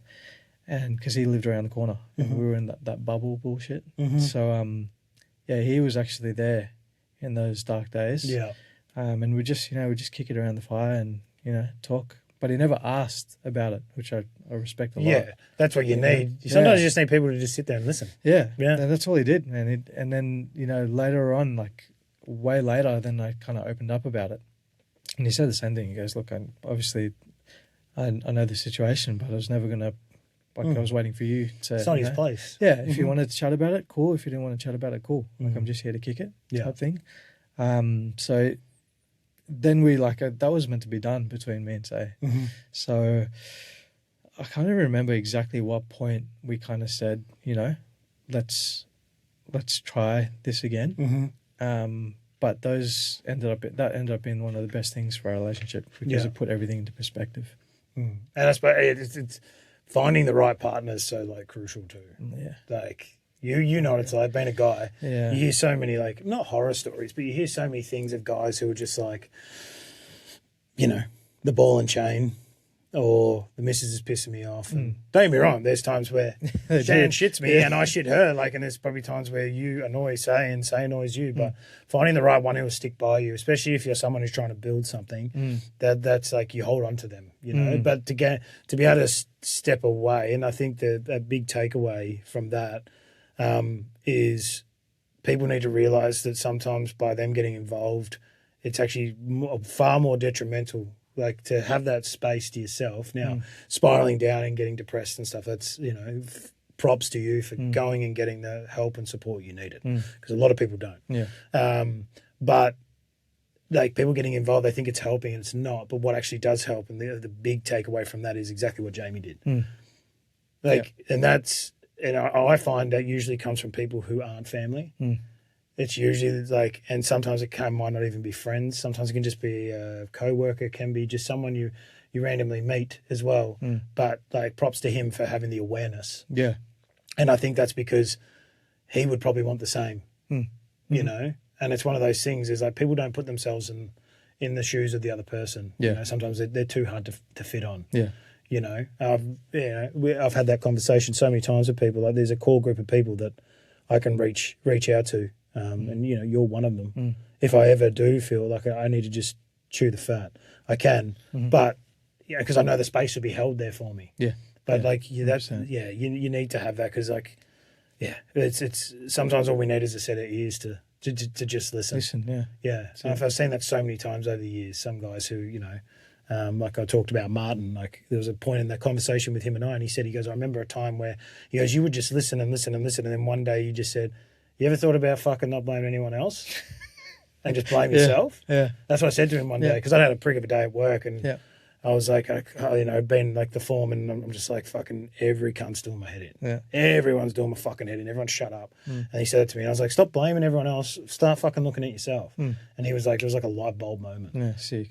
Because I'd sat there and listened for so long, and I know that like either someone's or like organically going to figure that out for themselves, but some people don't. Like I think a big part of life is like people skills. Yeah. And I've always prided myself on I can read people really well and I can get along really well with the majority of people. Some I'm just like, you're a fucckwit, I'm not dealing with you. And you've seen that over the years. I'm just like, I don't like this guy, fuck him off. Yeah. But yeah, it's holding that space. So like props to him and I'm so stoked that it worked out for you guys. And obviously you are too, like you're a beautiful family now. Yeah. And Say's a lovely woman as well. Like, she's got good nature, she's head on her shoulders. But did you guys sort of, when you got back together, just sort of went, listen, we're doing this on our terms and fuck all the noise from the outside? That's exactly, that's why I think that's one of the best things that happened, because perspective and what's really important is us two, and then you get very selective of where you're sharing your energy and who those people are, because they ultimately an extension of who you are. 100%. They say your circle. Yeah. But then I also think part of your circle is, like the podcast, for example, what you're doing. If I'm tuning into that in the car, those are the conversations that are going into my head as well, and that's going to go back to my family. So the people that we chose to be around, we were very selective of where we spread our time and who that was with, and then with us, we just we were the priority for ourselves, and then. That just that built a stronger foundation for us to be parents, because it really just it shows, and as well as like with the business as well, if it wasn't for her, there's no way I'd be able to do the business at all. You need that support person. No chance. And I look over a lot of things that she'd catch up on the details, and things that I just don't have the patience to fix, she'll fix it for me. Yeah, that's awesome. So there's no there's no eco-SI or any of what I was privileged enough to do and pursue, because that's what I wanted, without her support and without her guidance. And it's amazing. Yeah, crazy. That's what you need, man. You need that, because then to step into that that parenthood journey is something that you sort of step into, and you. All of a sudden, we've touched on before, you've said it's a challenge and you still figure it out. But if you've got the right partner, you're figuring it out together, each day. With that though, you have said it's a challenge and you are still figuring it out. Sort of talk me through that. I know you've sort of said, am I being too harsh when I discipline? Yeah. Am I taking my stresses out on them? Am I giving them enough time to learn without getting frustrated? Yeah. Are my expectations too high? And when your patience wears thin, it's not their fault. They're just kids. Yeah. They're all things that go through my mind. So talk me through, because it's refreshing that it goes through yours as well. Yes. Where does, I suppose, all that self-doubt around how you are being as a father come from? I think it's more like reflection. Yeah. So I think I heard you speak about it in one of the early episodes, but it's equanimity, which is calm in the chaos. Yeah. That's one. And then the other thing is metacognition, which is thinking about thinking. So everything I do, even if it's a conversation that I had with you out of this, I'd always think about how could we have done whatever it was different, or should have said something, all that stuff. So after I, crack the shits at Lumi or something, if I yell at her and I know that I'm frustrated because of work, I'll lose sleep that night. And I can't, internally, I'm just fuck, why couldn't you have not just taken that 2-3 seconds that you should take before reacting? 100%. So I think it's something that I don't know if it'll ever go away. Maybe it will get better. Yeah. But I think life is always going to give you stresses, and you just got to kind of manage that, but try to keep in the forefront of your mind that don't take it out on them if you can help it. Yeah. You know what I mean? Yeah, being calm in the chaos is like, like I've said before, like stillness reveals direction and being calm in the chaos. If you can be calm when everything else is being loud, but it's hard to put into practice, you know. And then my one thing I would say is fatherhood's only hard for those who are actually good at it. Yeah. Like it's true. Like it's only hard for those who are good at it.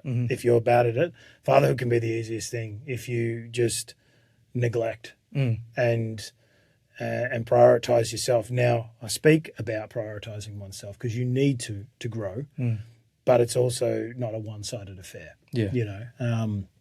So, like I said, like I have the self-doubt, so as well, like the same thing. I'll say something, or like especially during this period of time with my back, man. Fuck, it's been so hard. Yeah.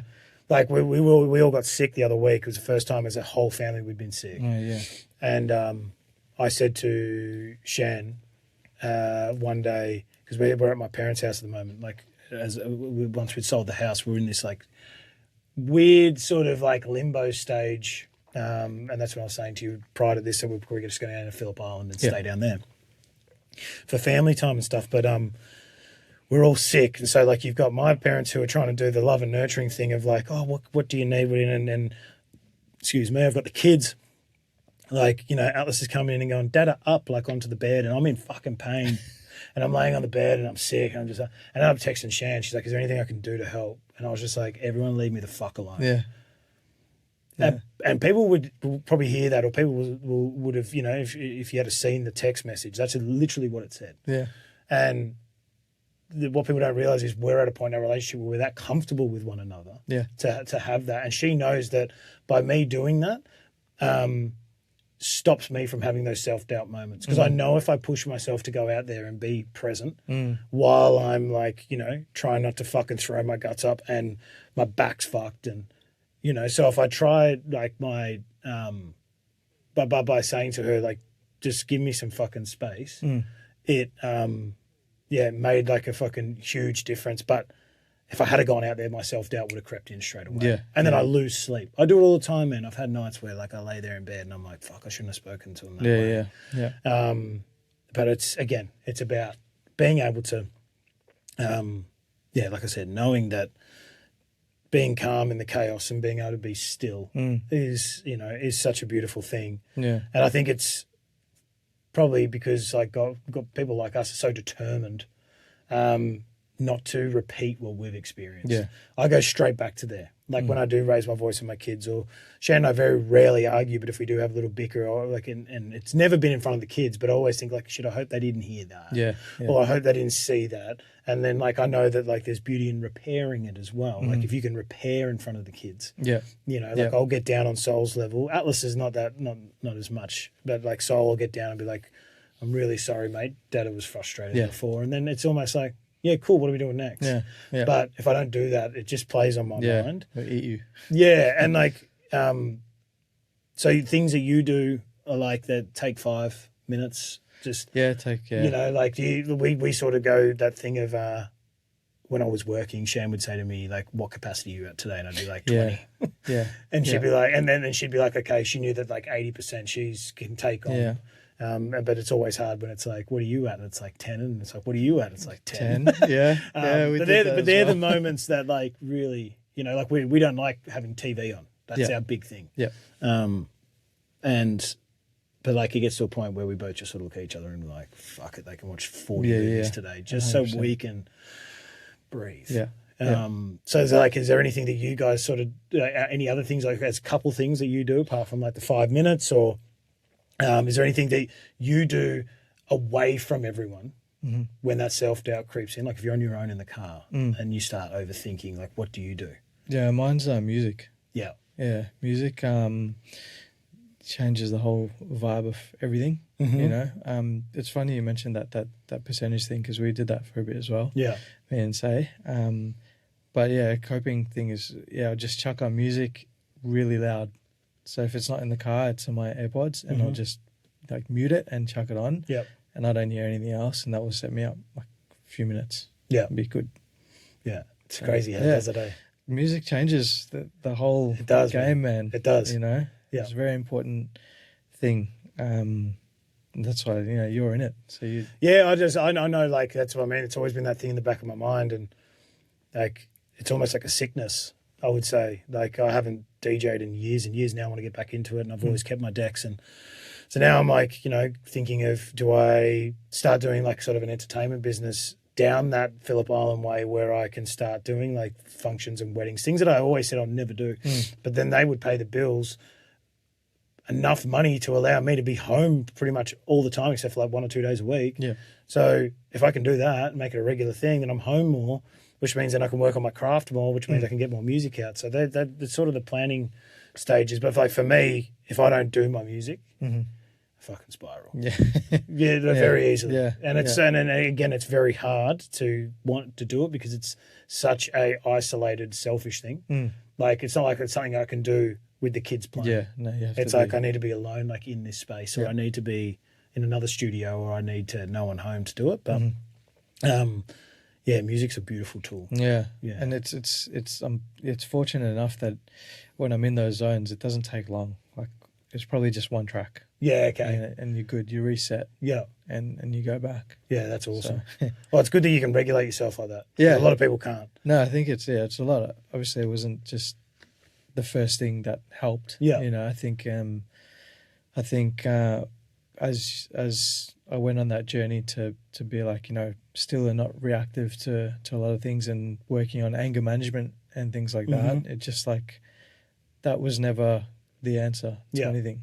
Like, you know, sometimes you get angry and you want to punch something or break something, but logically, what does it achieve? It's nothing. Yeah, you know. So you sort of get to a level where it's like yelling at Lumi is not going to work. Yeah. So try something else, and then thankfully that I found that and that just worked. Yeah, because I've always found it sort of like I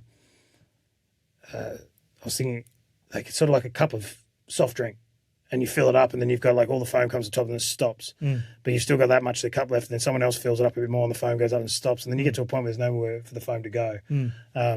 So my thing is like the way I view it in that regard is, before people keep trying to add to it and adding fuel to the fire and adding more drink to my cup, I'll take a sip of it, which will be like swallowing the hard pill. Like, okay, remove this, this, and this. And then all of a sudden your cup's a lot more empty, and then you can let that build back up. And it's may not be the healthiest way. Yeah. That's how I view it. Like sometimes I view myself and I go like, fuck, I'm nearly full, I'm nearly at the brim. Yeah. So then it's like, all right, well, you know, and I'll say to Shannon, I'm like, hey, tomorrow, let me get up at whatever time, and just let me go to the gym in the morning on my own time instead of having to go at 5 or 4. Let me go at like 9 in the morning while I'm off. Yeah. And then I'll be all good. I get home and I'm fucking sweet. Yeah, sick. You both, like as a couple, you know, both intentionally giving the kids sort of simple things that I suppose you didn't get. You know, telling them you love them every day. Showing gratitude, spending time with them. Yeah. Does it feel weird doing those things and the things that you were probably never given? Like, did it come naturally? Were you just like, this is easy, giving them the time, giving them all these things because you wanted that? Or do you find it hard because you're like, well, I didn't get that? Do you kind of get what I mean? Like some people are, it's like those older generations. It's like, well, welcome to parenthood. Yeah. It's like, no, I fucking get it, but maybe help me out here. Or do you know what I mean? Like, you know, there's always that thing of like people don't have the capacity. People don't have capacity to give a fuck about how hard it is for you. Yeah. Then when you find people who can, they're the ones you hold on to. Yeah. Yeah. Like with our journey, there's so many people who, once I get into the nitty gritty of how it actually is, how fucked up and hard it is, people just zone out. It's kind of like, oh yeah, but you know, lucky he's not in a wheelchair. It's like, it's the shittest answer you can give me. Do you know what I mean? Because so like with like, you know, you not having things that were modeled for you when you were young, do you find it easy doing what you're doing, or did you find it hard? I think I find it easier. Yeah, because I think it's just who we are as people now. Yeah. So we're like, we like, she had a very similar upbringing to me, you know. So it's kind of a mutual thing where it's just like, you want to give them something that you didn't get as well. But I feel like us being the nurturing and loving people we are, it kind of is the next step anyway. Mm-hmm. Like we're not doing this just because of. Yeah. We're doing it. That's part of it, but we also like that's what we want to do. We want to give them that love and affection and let them know that we're there for them and give them that confidence to, you know, step out and sort of have that confidence themselves to do whatever they want. Write your own script. Yeah, exactly right. 100%. So, yeah, it's not, I don't find it that hard. Has there been a moment in your journey thus far that you're kind of like, we're doing the right thing? Like we're doing it the right way? Every day. Yeah. Yeah. Cool. We're just like, because it's one of those things where you get to be a parent once and the only time you're really going to see if it worked or not is when they're older and living their life and doing their thing. So you kind of always, for us, or for me especially, I'm just like, where do you even start in such a big landscape to be like, what foundations do you want to instill in them to then help them with that? Yeah. Because once they're older and done, you don't get to go back and change shit. 100%. You know, so the things that we're doing with Lumi now is we've taught her like reward and chores. So she does like, you know, unpacks her bits of the dishes, the plastic stuff, and we give her like money. And it's you know, it's 10, 15, 20 cents. Yeah. Like I'll give her a 10 cent or 5 cent, 20 cent because it's 3 coins. She's like, gets excited, you know. So then we started putting into a money box, and then when we go to the shops, like we let her that's cool. choose something to kind of teach her that, you know, you got to work and get rewarded for something. And that goes with just like snacks and screen time or whatever. Like do a little bit of something to earn that. 100%. There's like consequences, good and bad consequences for the actions you take. Yeah. And that's one of those things where I'm like, fuck. At the same time, she's very young to be doing this. Do I want to spoil her and just let her chill, give her screen time and give her everything she wants and spoil her because you only get that one chance? Or well, that's the hard thing because I think some people, especially, you know, it could be different for you, but grandparents just think it's like a free ticket to the kids doing whatever they want. And it's like, it's so confusing for them too because it's kind of like, well, Nan and Pop or Grandma, Grandpa are saying that like, yeah, we can, like, I can do this, but then you're saying, no, I can't. And it can become quite conflicting. I know with us, like, with Sol, like he'll carry on, especially around my mum and dad. He won't really do it with anyone else. Yeah. With my mum and dad, he carries on. Yeah. Fucking just worked it out. Drives me insane, man. Yeah. Like, but anyway, what I've found, which it took me a long time to get to this point, because it used to just be like, well, if you do that, you're not getting that. And it was like, and Shane used to be like, oh, I don't want to be that parent. And I kept thinking like, fuck, just let me parent how I want to parent to her. But then I started to realize like there's truth in what she says.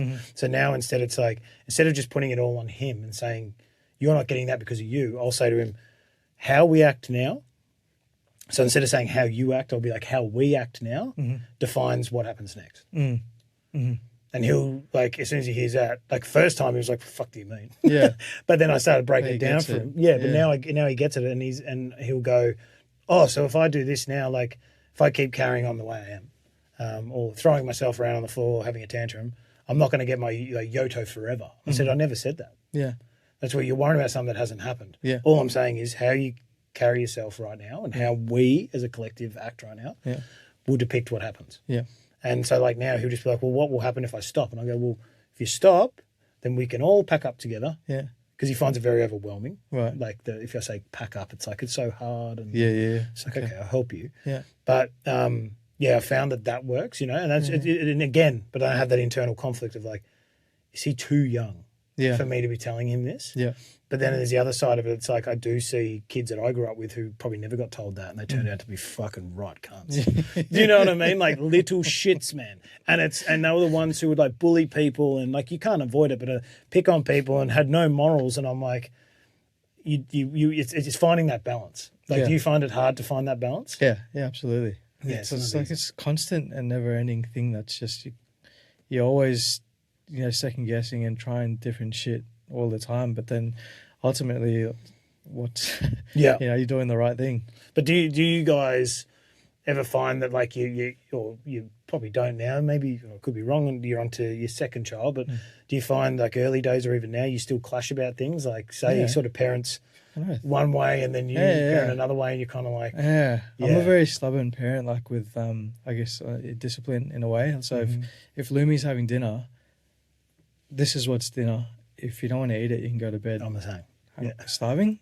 And because I tell her, I go, this is dinner, your next meal is breakfast. You know, so, and I'll let her go to bed and I'll force her to sleep. Like, don't say, oh, my tummy's hurting, this and that, because you had the opportunity. 100%. I don't care. Yeah. I'll wake up in the morning, have breakfast, but say is the option, she'll take her out of bed and let her have cornflakes or whatever. Yeah. And it kind of it confuses, I feel. And same with rewards. Like, I won't just give her, I do occasionally slip up. Yeah. Depending on how, my stressed I am in the day, just to shut them up. Or whatever. Yeah. But most of the time, I'm just like, you're not having chocolate for breakfast type thing. But then Say has her own stresses, and then she has Atlas in the morning, and she gets overwhelmed. So to shut up Lumi, sometimes she'll just give her a sugar cookie, and then I'll just be like, well, what the fuck? But we're both guilty of doing that at different times, and 100%. Depending on what capacity each of us are at, that's what well, that's the hard thing, and it's like I was saying, it's about knowing each other, which takes time. Like I used to be the same. Like, I am stubborn too, and Sol will do that all the time. And he's like, oh, I don't want that, and I'm like, well, he'll be like, what else have we got? That's what he does. He goes, Dad, what else you got? And I go, and he'll have like, I don't know, like a steak and olives on his plate left, and I'll be like, what's left on your plate? And he'll be like, steak and olives. I go, we got steak and olives. And then he'll be like, but I don't want that. And I'm like, well, that's what you've got. And it's just, and it's almost like, I think about it now, talking about it, I'm kind of like, I'm debating a 4-year-old. But like, but then Shan's very much like, well, Sol, there's yogurt and I'm like, no. Like, I think that's because that's how I was brought up. Yeah. Like, it was like, my mum has always said, like, you don't know how hard it is to think of a different meal to cook every night for the family. Yeah. And I think now it's like we eat the same thing all the time pretty much because it's easy. But then you have your days where you're like, I don't want to fucking eat that, man. Yeah. Like, we've had steak and salad for fucking 5 nights. I'm withering away here. But then, but it's so difficult. And because I find the mother's home with the kids more, it's almost like you want to trust their decisions more but you also don't get a say in a large chunk of the day. So then when you do come home, it's kind of like, I just want what's the easiest thing. Yeah. Do you know what I mean? And when we were speaking prior to this, again, you were saying that you had sort of a difficult conversation with Say around certain behaviours and habits that had to change if the relationship was going to continue, probably prior to kids. But do you still have those like now? Like, and if you do, like what's... how do you build up the courage to sort of say that? Like, I've had to say that to Shan. Yeah. And it's the most,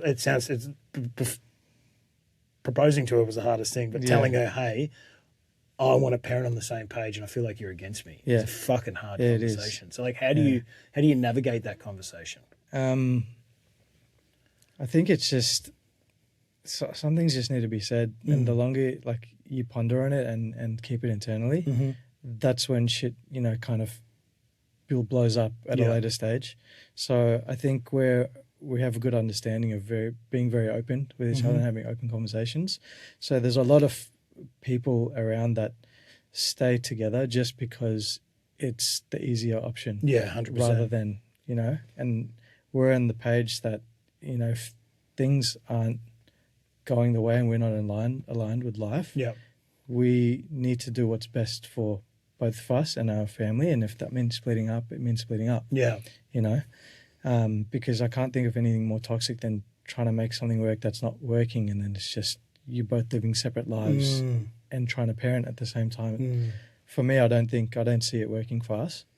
So that's why I say, if these behaviors don't change or whatever it is, like we need to go. Yeah.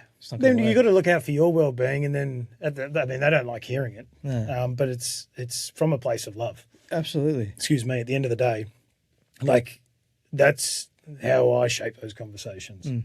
I mean, we've had our moments early on where I thought we wouldn't last. When we first had something, I was like, nah, this ain't gonna work. I'm not handling it well. You are. You're exhausted. we've got all these medical appointments. Like she was having like 15 to 20 appointments a month.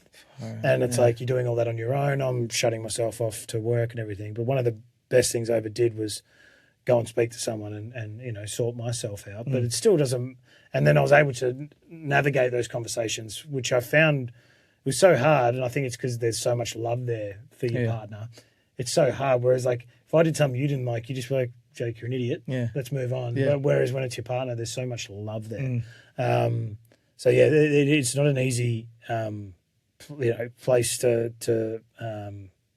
get to, but the reward outweighs the risk. 100%. I wouldn't call it a risk, but I'm saying if it was a risk reward type thing, by having that risk of being like, hey, I don't agree with what you're doing, or hey, I don't agree with what you're doing, from her to you, the reward of that is that you're actually so much stronger. Yeah. Like, absolutely. Yeah. So, and it's very, like, you don't feel scared about saying anything, you know, a lot of the times, because we're on the same page at the end of the day. And I feel like those little throwaway comments, they stop. Do you know what I mean?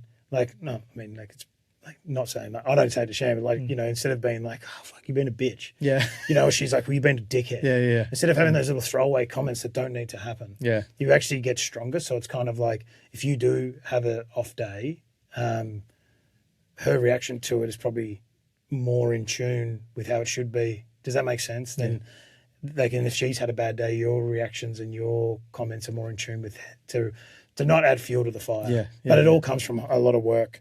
I've got here ambition versus presence. So we were talking earlier about your entrepreneurial mindset, right? Creating something from nothing and giving others opportunities. And you've said when the business is thriving, the family takes a hit. And obviously that would build up a certain level of tension within yourself, within the family dynamic. Like, you now sort of shifted your work from Monday to Thursday, work Fridays and weekends with the family. But Monday to Thursday, you get absolutely pumped a lot of the time with the eco packaging side of things. So, but going from that, you know, 4-day work week, 5-day work week, let's say, to a 4-day, like, how did that, was that just something you, like, I think you said from the get-go, you were very intentional about, you were like, that's what's happening. Did that, because it was incorporated into the business so easily from the early days, has the business, I mean, I'm not trying to, I don't know business that well, but did the business model then take a hit, like, financially? Like, does that 1 day of loss lose some income, but is the reward worth it? So, like, is the presence versus the ambition? Like, the presence of you being there, I'm guessing, pays you far more than losing 1 day. Does that make sense? 100%. 100%. Like, the Monday to the Thursday, it gets a bit more hectic, but I don't think more a loss of income, not working the Friday. I think it's more opportunity of getting more. I guess that's a loss in a way. But 100%. Just being home with them. Like, I actually don't care about, you know, how much more you're going to make in 1 day. 100%. That's going to sort of outweigh that, you know. And if I can run it on 3 days a week, I'll do it on 3 days, man. Whatever's going to not take away the time with the kids is the most important thing to me. And as long as we have, you know, some income coming in, because she works as well. And as long as we have enough for the lifestyle that we want, and we don't live a lavish lifestyle, thankfully, so we don't have that stress on it. The main things we want to do is, you know, we don't want to worry about groceries because we love food. Like, Say's, I'm very fortunate about this. Her de-stress is cooking. So, like, we eat nice and different foods. Happy days. Yeah. And that's all. She wants to be left alone and cook and whip something up. So that's good. And then travel. Like, we want to travel with the kids and make memories with the kids. And as long as we have enough funds for that, and, you know, and rainy days, then that's more than enough. If that means I can go to 3 days or she can go to 4 days and we both do 4 days, cool. But the main thing we're building our life around is that time with the kids and the family. Because, like you said, that's going to be their memories. Well, that's their call, and the same thing, like, I've been reading all these things, and there's one that's like, if you're lucky, you have like 18 summers, 18 winters, 18 autumns, 18 springs. Sad. And it's like, man, it's so rough, you know what I mean? And again, some people don't have the luxury to be able to have 4 days a week. Some are in survival mode. Some do have the luxury and they abuse it because they don't be present. So I think what you're doing is really noble, like, and say as well, like having the awareness to be able to sit there together and go, what's our priority, but also continue to do things that sort of fill your cups as well. Yeah. Yeah. But again, it's a juggling act I don't think we ever get right, you know, but I would much rather die knowing that I spent more time with my kids than the money. So, because money can always be made, man. Yeah. That's what people don't get. Like I'm going through that shift now, you know, where I feel like being off injured, everyone's like, when are you going back to work? When are you this? And like, I've shocked a few people. I'm like, what if I don't go back? Yeah. Yeah. 100%. And they're I'll be all about that. They're man. like, what do you mean? I'm like, what if I don't go back? Yeah. You know, for us, it's a very simple lifestyle. I just want a little bit of land. I don't give a fuck where it is. Yeah. I'll buy a house for 200K and I'll sell it in 30 years for 200K. Yeah. I do not care. Yeah. We live in the middle of fucking bumfuck. I don't give a shit as long as I have my family there. Yeah. As long as I can have a space for the kids. Like, I think that's goal number 3 up here. Yeah. You know, like I've got like where is it? Created a home for my family, place of peace, connection and purpose. Sits on at least an acre of land surrounded by trees, open space, fresh and cool air. Perfect. Yeah. Grass covered in morning dew and the environment feels calm, grounded and alive. Amazing. And that's all that I want. You know, 100%. like, and just make enough money to get by. Like, I work remotely, or hopefully this podcast takes off. Yeah. Yeah. Or my music takes off. Yeah. You know, like, and I just sit there, and the only time I've got to leave, like, the ranch, Yeah.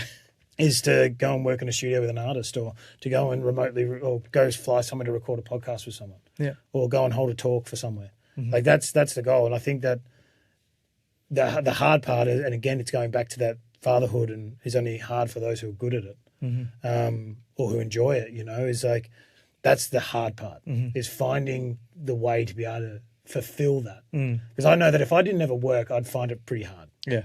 Like, I need something to be yeah. pushing the train along, Yeah. my music or this. Yeah. I Definitely. need something. Yeah. Because I would go insane Yeah. being at home all the Yeah. time. But I also would love to have a space where, or be lucky enough to be able to go, you know what, I'm not doing any music this month. Don't give a fuck. Just cruising. Yeah. Be at home, fix some shit on the farm. Yeah. Like, you know, do stuff like that. Yeah. So, like, you know, like, obviously for you, it's like you've been in that business, you've been in business now 6 or 7 years, maybe longer. I think this is the fifth. Fifth? So yeah. fifth, Yeah. but you know, and you're having those moments where you're kind of like, you know, if it goes to the next level, I need to probably dedicate all my time to it and all, you know, that type of stuff. But like for you, like, what is the success? What does success actually look like to you now compared to when you started? Like, when you started the business, was you very boom, the business needs to succeed. I need to be this and that. Yeah. But obviously success is now a different version for you. Like, Yeah.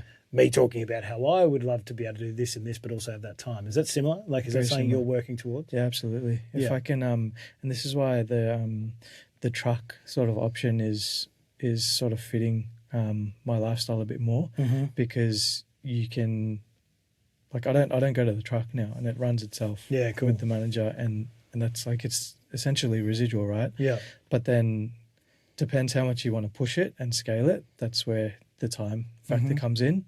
So that definitely helps our lifestyle, because it might mean like, oh, cool, let's just hire someone else for the packaging, and, you know, get an extra day to maybe work in the truck and get that sort of going a bit more. But success definitely looks like, what I'm doing now, I think is good, because it allows me the time with the kids and us as a family unit. But like I said, if success for me doesn't look like scaling the business right now. Yeah. Yeah. So as I said, correct me if I'm wrong at any time, but the vision you have now, or you have for your future, is that Lee writing his own story, or is it Lee wanting something that he didn't have? Do you know what I mean? Like, for your kids, I'm talking more for the kids' sake. Like, are you trying to give them, I suppose, and again, no disrespect to any of your family, but they're giving you the childhood you probably didn't have, like a lot of us wish we had have had. Yeah. So is that what it is, or is it more like you writing your own story? Like, you're the cycle breaker. Like, your kids will look back, like you'll be great grandfather Lee who changed it. Yeah. I think that's ultimately more where it will go. Yeah. Because like you said, breaking the cycle is there's not many people that do it. Yeah. You know what I mean? And I don't know where that comes from, if, you know, you're the chosen one or something that breaks that cycle. Yeah. But I think it's very important that, those foundations are met for the kids' sake. Yeah. You know? 100%. Well, and I've touched on it in previous episodes, we're probably, I believe, the first generation who have a perfect blend of how it was pre-fucking TikTok, Facebook, all this, and we also understand how much it can change lives. But we also are at this point where we have every tool in our arsenal to make change. Yeah. And if we don't do something with it, then we're stupid to ourselves. Yeah. Because it's so easy. Like, I've been speaking to a lot of people while I've been off, and it's no disrespect to them. A lot of them are people that I absolutely love. I don't speak to anyone I don't fucking like. Yeah. So sounds bad, but and I speak to all these people, and the one thing I keep hearing is it's like I can hear a tone in their voice, like, of, oh yeah, I've just been working. And it's sort of like a very through the motions type thing. And for me, that's the driver, the fuel in the back of my mind going, I used to be that guy. And in theory, I still am. But I don't want to be back there, you know? So when I see you do your thing, I find it like, it's like I look up to it because I'm like, you're out doing it. You're out doing, like, you know, what I would love to do. Like, I don't compare, but I look at it and I go, there's someone doing something that I want to do. So, like, how do I get there? You know what I mean? How do I do that? Because it's like, we all want that. We want to not have to answer to anyone and do it on our own terms.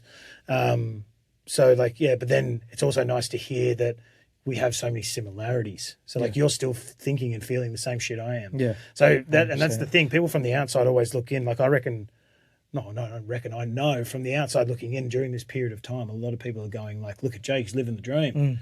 He's getting workers' compensation and he's, you know, not having to work. It's like, man, like I've said it before, I'm in pain every day and it's so hard. Yeah. And it's probably the hardest time to try and build something, you know, but to see, like I said, yourself going through all those years of trying to build something, like, you know, just keep going, man, because I honestly think that, you know, you'll make the right decision. You're that type of guy, got the head on your shoulders, you'll make the right decision. Yeah. If you could, so we'll start heading towards probably closing it out, but if you could go back and say one thing to the kid who was eating dinner alone in his room, what would you tell him? That's a deep question, yeah.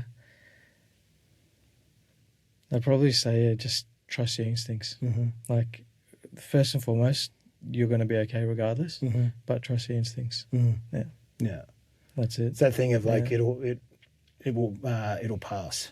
It'll pass, yeah. You'll be okay at the end of it. Yeah. You know? Depending how much time I have with him, what else I'd say. But if there was one thing, I'd say, you're going to be okay. That's awesome. Yeah. Yeah. Just that shoulder or that set of ears just to listen. Just to listen. Yeah, and be there. And if your kids listen to this episode one day, what do you want them to hear their dad say? Nothing in particular, but more like how you are as a person. Like, always leading with love. I think is very important. Being a very kind person and doing good for others. Definitely. I think that's very important. 100%. So I think for me, from this conversation, probably what stands out the most is a lot of who we become is probably like what we didn't have when we were younger. I think that's a massive fuel and driver for it. And, you know, you grew up in a house where the material stuff was there, but the emotional stuff wasn't. And again, that's something that I resonate so much with. And I just want to like give you your flowers a little bit and say to you, like, you know, instead of repeating that, you've made a decision to change it. And I think that's the most noble and awesome thing that like any man or father, individual, adult can do.